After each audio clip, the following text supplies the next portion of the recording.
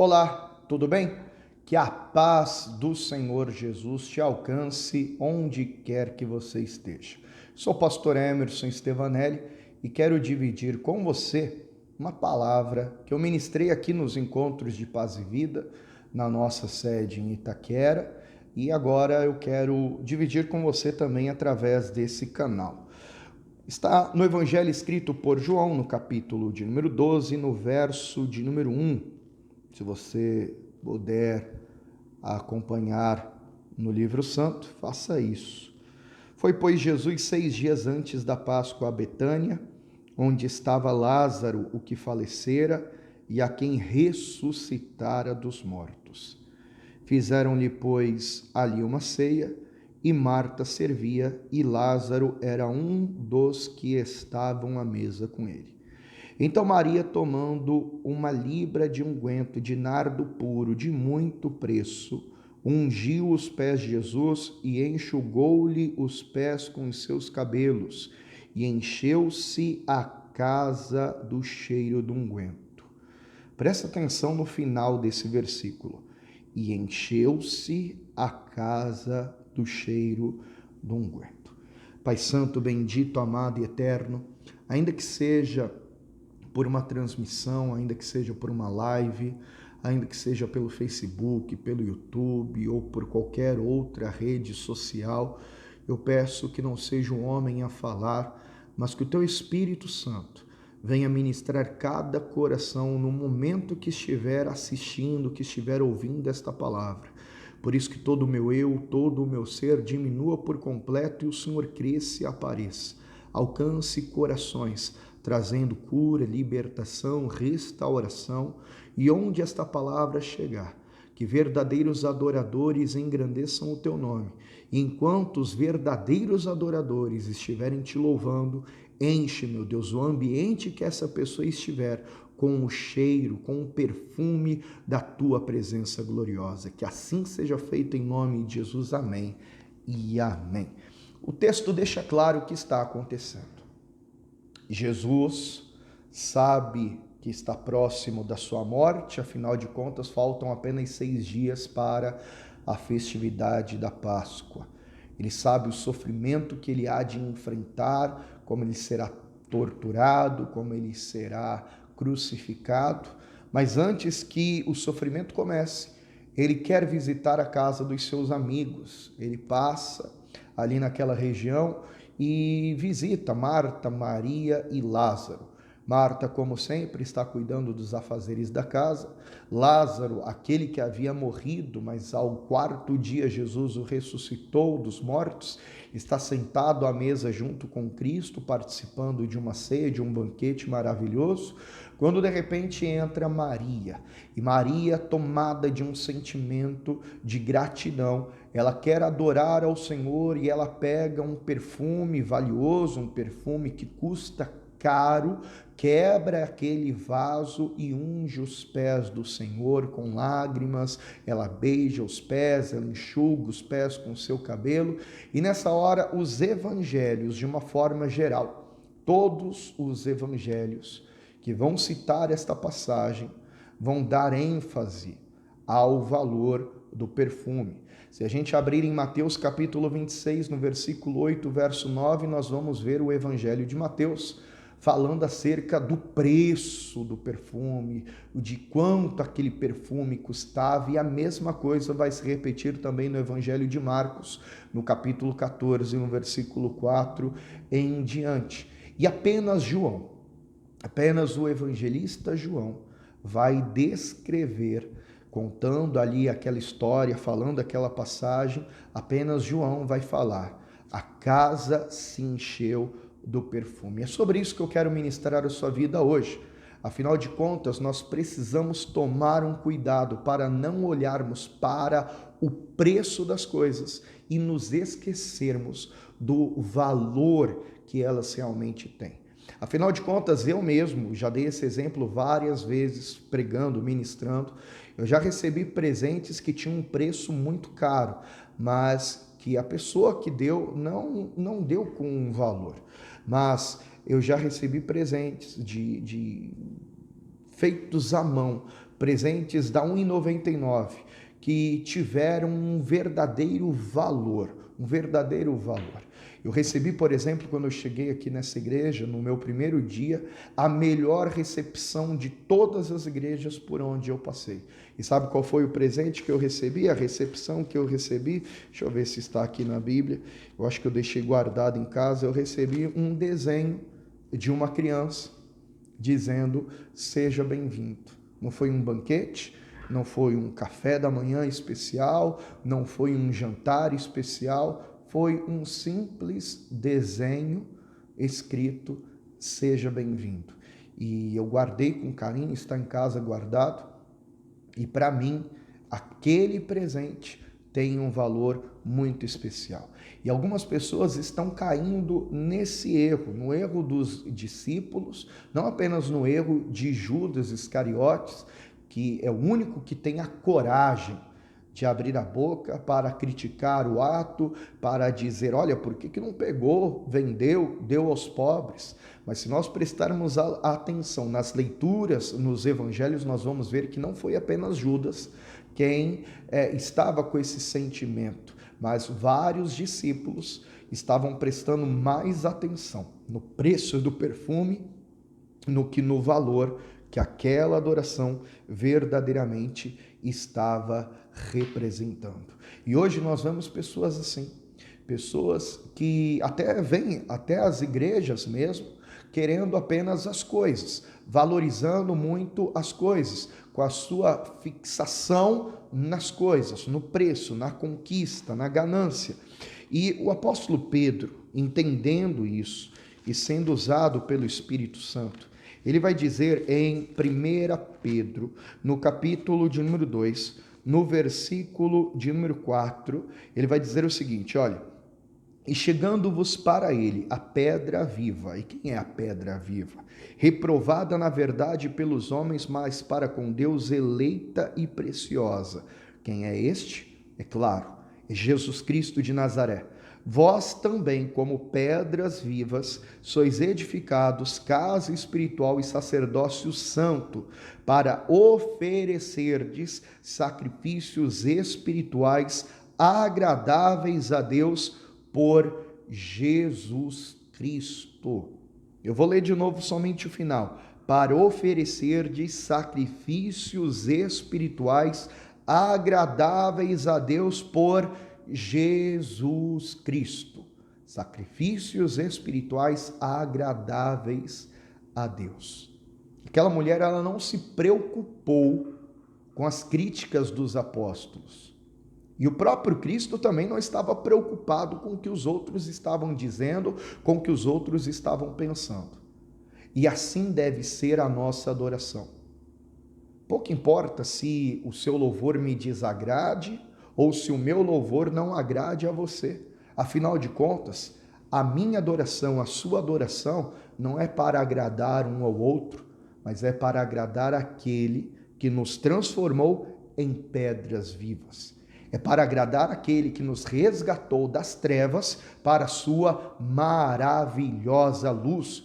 Para esse propósito o Senhor nos chamou, para que o nosso sacrifício seja, a nossa adoração seja agradável ao Todo-Poderoso. Afinal de contas, Ele nos chamou para o seu louvor. Tudo que Ele faz em nossas vidas é para o seu louvor. E aí, o apóstolo Paulo, também cheio do Espírito Santo de Deus, ele vai escrever na segunda carta aos Coríntios, no capítulo de número 2, no versículo de número 14, ele vai dizer assim: porque para Deus, olha só, hein? 2 Coríntios capítulo 2, verso 14, vou ler o verso 14 primeiro. E graças a Deus, que sempre nos faz triunfar em Cristo. Receba essa palavra no teu coração. Em Cristo Jesus você vai triunfar. Em Cristo Jesus você vai vencer. E por meio de nós se manifesta em todo lugar o cheiro do seu conhecimento. Guardou isso aí no seu coração? Declare comigo. Declare isso com fé. Por meio de nós manifesta em todo lugar o cheiro do seu conhecimento. Por meio da sua vida, por meio do seu testemunho, por meio do seu louvor, da sua adoração, em todo lugar deve ser manifestado o cheiro do conhecimento de Deus. Porque para Deus, olha só, hein? Para Deus, somos o bom cheiro de Cristo, porque para Deus somos o bom cheiro de Cristo nos que se salvam e nos que se perdem. E aí eu diria, nos que se salvam, o cheiro da vida, nos que se perdem, o cheiro da morte. Ora, se nós somos o bom cheiro de Cristo, então onde você chegar, onde nós chegarmos, nós temos que levar esse perfume, o perfume que leva a vida. Então você pode entrar em um hospital, em uma unidade de saúde, e um ambiente onde a morte cheira. Afinal de contas, hoje, quando nós ligamos a televisão, qual é o cheiro das notícias? Violência, atos abomináveis, a gente vê violência doméstica, a gente vê a violência contra motoristas de aplicativo, a gente vê a violência contra os funcionários públicos. É isso que a gente está vendo, um aumento de violência fora de série, além desse surto, além dessa pandemia, além da crise. Então, o cheiro que a gente sente, o cheiro que a gente sente nas notícias que nós estamos vendo hoje, que estamos recebendo hoje, é um cheiro de morte, é um cheiro de sofrimento, é um cheiro de tristeza, é um cheiro de pavor. As pessoas estão, muitas doentes, muitas se lamentando, e muitas outras pessoas estão atemorizadas, estão apavoradas, estão caindo até mesmo na depressão. Mas você que está assistindo essa mensagem, você foi chamado, escolhido, eleito por Deus, para onde você chegar, você transmitir esse perfume do Espírito Santo, esse cheiro, esse aroma da presença do Senhor. E onde Jesus passa, onde a presença do Senhor chega, a transformação acontece. Então você vai entrar em um hospital onde cheira a morte, você vai levar o cheiro da vida. Você vai entrar num lar onde o casal está em brigas, contendas, há um fio para se separar. E qual é o cheiro que você vai transmitir? O cheiro da restauração. Vidas que estão sendo oprimidas pelo inimigo, sendo usadas por Satanás para caírem nos vícios das drogas, nos vícios da prostituição. Você vai levar o cheiro da libertação. E eu quero declarar isso sobre a sua vida. Quem chegar perto de você vai sentir o cheiro do perfume do Espírito Santo. Mas para que isso aconteça, eu tenho que te perguntar: os teus olhos estão focados no preço das coisas ou no valor? Os teus olhos estão focados no recurso financeiro, em um sentimento ganancioso, ou os teus olhos estão focados verdadeiramente em ser um verdadeiro adorador? Nós acabamos de falar o exemplo dos discípulos que olharam mais para o preço do vaso do que para o valor da adoração. Certa vez um homem chamado Naamã, ele pensa que para ser abençoado é só dar uma contribuição. Na verdade, ele leva um presente para dar para o rei, e o rei diz para ele: quem sou eu para curar? Então ele é atendido pelo auxiliar do profeta Eliseu, e o auxiliar do profeta Eliseu dá a mensagem que o profeta havia transmitido para Naamã, dar 7 mergulhos no rio. 7 mergulhos no rio. Naamã demora, aquela história que você conhece, mas quando finalmente ele dá o 7º mergulho, o milagre acontece. Agora ele quer retribuir, porque ele foi curado, ele quer retribuir, e aquele presente que ele havia separado para dar para o rei, ele quer entregar para o profeta Eliseu. O profeta Eliseu diz para ele: não, pode pegar esse recurso aí que você trouxe e voltar para sua terra, porque, em outras palavras, milagre não se compra, milagre não se paga. Milagre se conquista através de fé, através de humildade, através de adoração verdadeira, através de quebrantamento, através de obediência. Milagre não se conquista através de uma troca. Você dá o recurso e o milagre acontece. Não é assim não, né, mãe? Então pode pegar o seu recurso e vai adorar a Deus lá na sua terra mesmo. Naamã está indo embora e Geazi vai correndo atrás de Naamã e quer receber o dinheiro. Geazi recebe o dinheiro usando de mentira, ele mente para o Naamã e depois, quando ele volta, ele mente também para o profeta Eliseu. Resultado disso, estou resumindo a história, resultado disso, aquela lepra que estava sobre Naamã, agora está sobre Geazi e nunca mais se ouve falar de Geazi na palavra de Deus.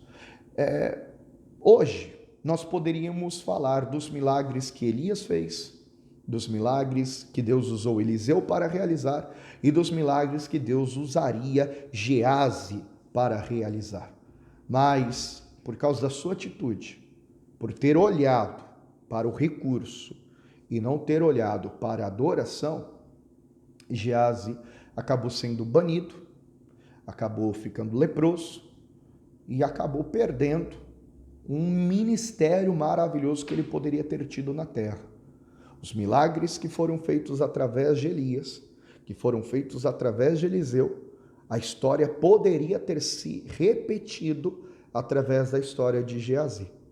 E eu quero acreditar, pois Jesus Cristo disse: se você crer em mim, como diz as Escrituras, obras semelhantes a estas que nós lemos, e até maiores do que estas, nós iremos fazer para a glória de Deus. Se os nossos olhos estiverem focados no preço das coisas, se o nosso olhar estiver focado no recurso, nas coisas materiais, esquece, meu amigo, esquece. Não tem nada de espiritual, não vai ter nada de espiritual. Mas se os nossos olhos estiverem focados no valor da adoração, no valor do louvor sincero e verdadeiro, se os nossos olhos estiverem focados em Cristo, até porque o Pai está à procura dos verdadeiros adoradores, daqueles que o buscam em espírito e em verdade, então sinais maravilhosos acontecerão ainda na nossa geração. Por isso que o apóstolo Paulo escreve uma carta para Timóteo dizendo que o amor ao dinheiro é a raiz de toda espécie de maldição. Em seguida, o apóstolo Paulo ainda diz: manda aos ricos deste mundo que não coloquem a sua confiança nas riquezas, mas que a sua confiança esteja em Deus, que nos dá todas as coisas para delas nos alegrarmos.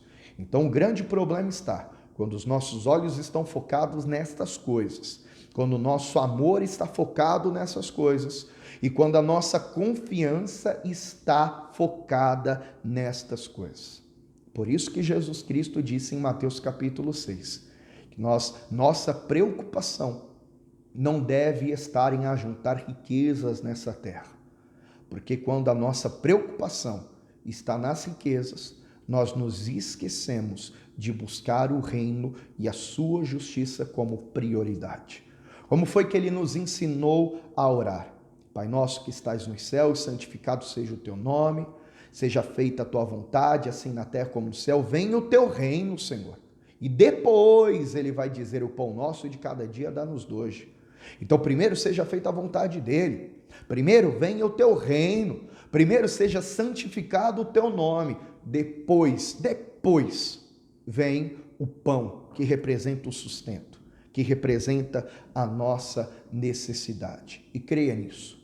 Se os nossos olhos estiverem focados em Cristo, se a nossa adoração for como a adoração da Maria, eu não estou dizendo para você pegar um perfume de 30 mil reais, quebrar e colocar no corpo de Jesus.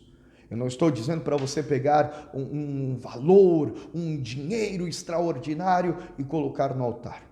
Mas eu estou dizendo para você que um dia, talvez pessoas da sua própria família e amigos, pessoas que cresceram ao seu lado, não conseguiram enxergar o teu potencial, não enxergavam o valor que você tinha, não enxergavam quem você é.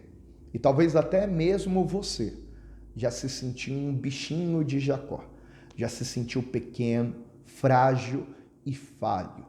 Mas Jesus, ele olhou para você, ele enxergou você, ele enxergou em você potencial, valor.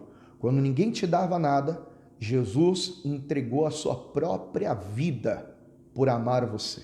Derramou até a sua última gota de sangue, para que hoje você tivesse vida e vida de verdade, vida e vida abundante. E agora no Evangelho de João, no capítulo 15, ele diz que nós somos apenas uma vara, mas se estivermos enxertados na videira verdadeira, então vamos produzir muitos frutos. Se você estiver em Cristo, todas as áreas da sua vida irão frutificar para a glória de Deus. Mas nunca se esqueça que ele também disse: sem mim nada podeis fazer. Enquanto muitos estão criticando, não se preocupe com as críticas. Seja você, um perfume derramado, que o teu coração se derrame, que você seja um vaso precioso, quebrantado diante da presença do Senhor. E eu tenho certeza que a sua adoração, o seu louvor vai subir com aroma suave às narinas de Deus e em breve Cristo te recompensará. Que Deus te abençoe e te guarde, meu amigo. Que Deus te abençoe e te proteja, minha amiga. Eu sou o pastor Emerson Stevanelli. Se você pode, dá um joinha aí nesse vídeo. Se você sentir no coração, compartilhe essa mensagem com alguém também. Se inscreva nesse canal e que Deus ilumine os teus caminhos hoje e sempre. Vamos criar raízes em Cristo Jesus. Um forte abraço e fique em paz.